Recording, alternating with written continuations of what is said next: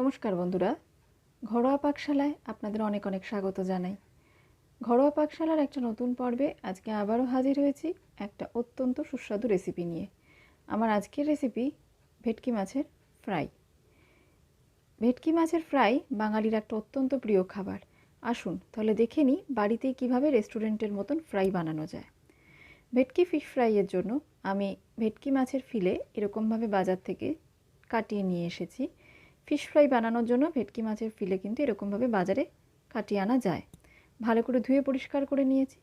ম্যারিনেশনের জন্য নিয়ে নিয়েছি 1 মুঠো পুদিনা পাতা, 2টো কাঁচা লঙ্কা, 1 মুঠো ধনে পাতা, আধখানা পেঁয়াজ, 1 চামচের মতন লেবুর রস, নিয়ে নিয়েছি 1 চামচ মতন আদা রসুন বাটা আর 1 চামচ সাদা তেল। ভেটকি মাছের ফ্রাই বানানোর জন্য ম্যারিনেশনটা কিন্তু অত্যন্ত গুরুত্বপূর্ণ। আমি প্রথমে এই ভেটকি মাছের ফিলেগুলোকে একটু লেবুর রস আর নুন দিয়ে মাখিয়ে 10 মিনিটের জন্য রেখে দেব। আমি এখানে গন্ধরাজ লেবুর রস ইউজ করেছি। আপনারা কিন্তু নর্মাল লেবুর রস ইউজ করতে পারেন, আবার চাইলে ভিনিগারও ব্যবহার করতে পারেন। নুন খুব একটা বেশি দেব না, সামান্য পরিমাণ নুন দিয়েই আমি মাছগুলোকে ভালো করে মাখিয়ে নেব এবং 10 মিনিটের জন্য রেখে দেব। ভেটকি মাছে একটা গন্ধ থাকে, লেবুর রস মাখিয়ে রাখলে সেই গন্ধটা কিন্তু চলে যায়।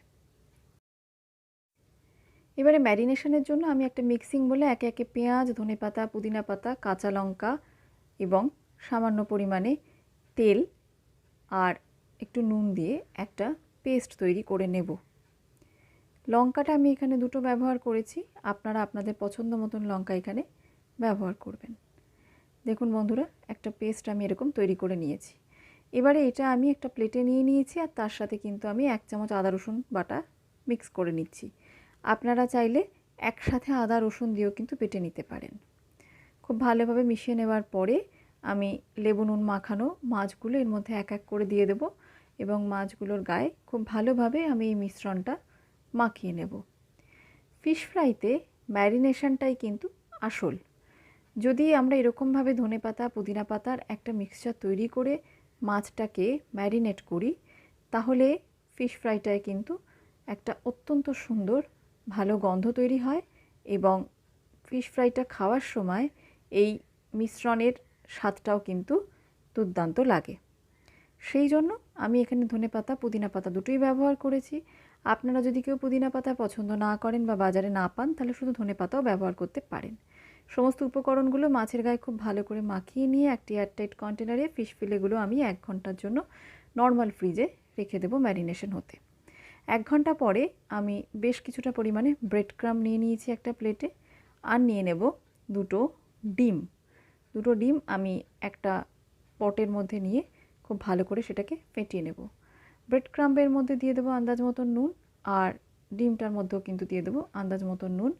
খেয়াল রাখতে হবে যে আমি কিন্তু মাছটা ম্যারিনেশনের সময়ও নুন দিয়েছিলাম। চাইলে ব্রেড ক্রাম্বের মধ্যে কিন্তু গোলমরিচের গুঁড়ো অ্যাড করা যায়।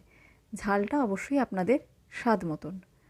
ডিমটা খুব ভালো করে ফেটিয়ে নিতে হবে এইভাবে।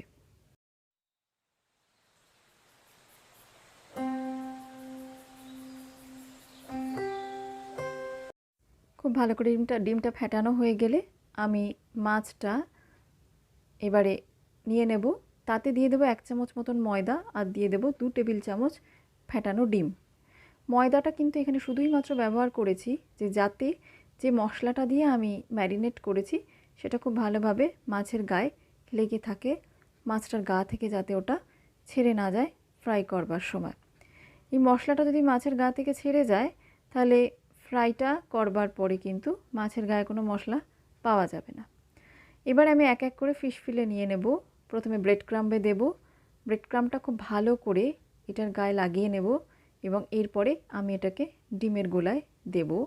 ডিমের গোলাতে খুব ভালোভাবে আমি এপিট ওপিট করে মাখিয়ে নিয়ে আবারও ব্রেড ক্রাম্বে দেব এবং শুকনো হাতটা দিয়ে ব্রেড ক্রাম্বটা আমি এর ওপরে দিয়ে দেব, ছড়িয়ে দেব এবং খুব ভালোভাবে আমি এটার মধ্যে ব্রেড ক্রাম্বের কোটিংটা দিয়ে দেব। ফিশ ফ্রাই করবার জন্য ডাবল কোটিংটা কিন্তু প্রয়োজন।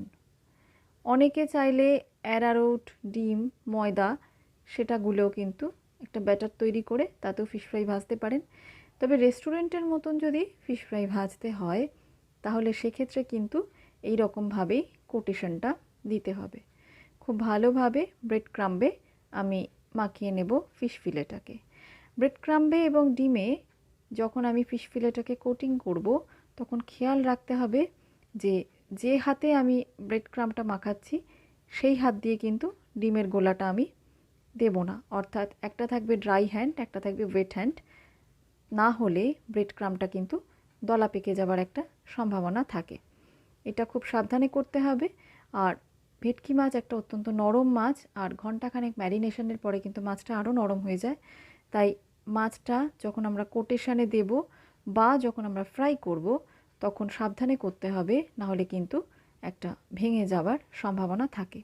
আমি এরকমভাবে এক এক করে প্রত্যেকটা মাছকেই কিন্তু ব্রেড ক্রাম্ব এবং ডিমের গোলায় মাখিয়ে সুন্দরভাবে কোটেশনটা দিয়ে দিলাম।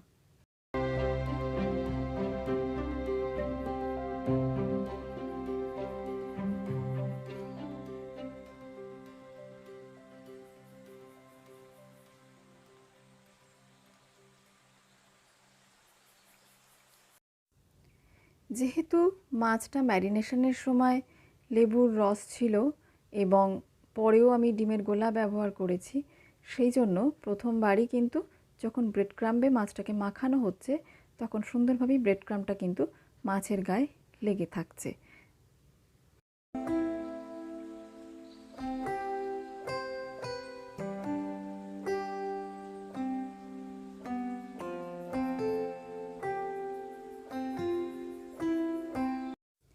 এইভাবে আমি সবকটা মাছই কিন্তু ফ্রাইয়ের জন্য প্রস্তুত করে নিচ্ছি এবং এইভাবে ফিশ ফিলেগুলোকে ফ্রাইয়ের জন্য রেডি করে আমরা কিন্তু বেশ কিছুদিনের জন্য এটাকে ফ্রিজে প্রিজার্ভও করতে পারি।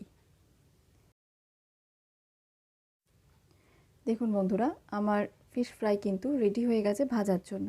এবারে আমি এটাকে একটা স্কোয়ার শেপ দেওয়ার জন্য একটা চপার বা একটা নাইফ ব্যবহার করব, যেটার সাহায্যে আমি এরকমভাবে চেপে চেপে এটাকে একটা চৌকো শেপ দিয়ে দেব। দোকানে রেস্টুরেন্টে আমরা ফিশ ফ্রাই বলতে কিন্তু বুঝি এরকম চৌকোই। সেই জন্য রেস্টুরেন্টের মতন ফিশ ফ্রাই বাড়িতে বানানোর জন্য একটা চপার বা ছুরির সাহায্য নিয়ে আপনারা এরকমভাবে ফিশ ফ্রাইগুলোর চারপাশটা চেপে দেবেন এবং তাতে কিন্তু খুব সুন্দর একটা শেপ এটা নিয়ে নেবে। আমি এইভাবে সবকটা ফিশ ফ্রাই কিন্তু প্রস্তুত করে নেব।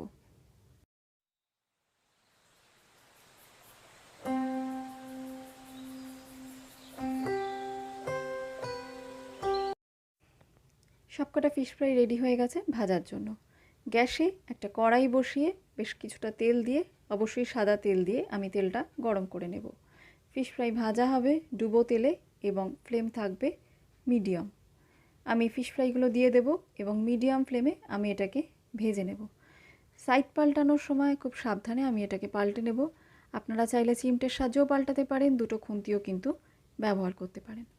দেখুন বন্ধুরা, ফ্লেমটা কিন্তু আমি মিডিয়ামে রেখেছি এবং এরকম ব্রাউন করে আমি এটাকে ভেজে নিয়েছি। মিডিয়াম ফ্লেমে ফিশ ফ্রাই ভাজলে খুব সুন্দরভাবে বাইরেটা হয় ক্রিস্পি আর ভেতরের মাছটাও কিন্তু সুসেদ্ধ হয়ে যায়। ব্যাস, আমার সমস্ত ফিশ ফ্রাই ভাজা হয়ে গেছে এবং ফিশ ফ্রাই পুরোপুরি প্রস্তুত হয়ে গেছে স্যালাড কাসুন্দির সাথে সার্ভ করবার জন্য। বাড়িতে অবশ্যই স্ন্যাক্সে, স্টার্টারে আপনারা ট্রাই করবেন। কেমন লাগলো আমাকে অবশ্যই কমেন্ট বক্সে জানাবেন। ভালো লাগলে চ্যানেলটিকে লাইক করবেন, শেয়ার করবেন অবশ্যই। চ্যানেলটিকে সাবস্ক্রাইব করে আমার পাশে থাকবেন। ভালো থাকবেন, সুস্থ থাকবেন। ফিরে আসবো আবার নতুন রেসিপি নিয়ে নতুন ভিডিওতে। ধন্যবাদ।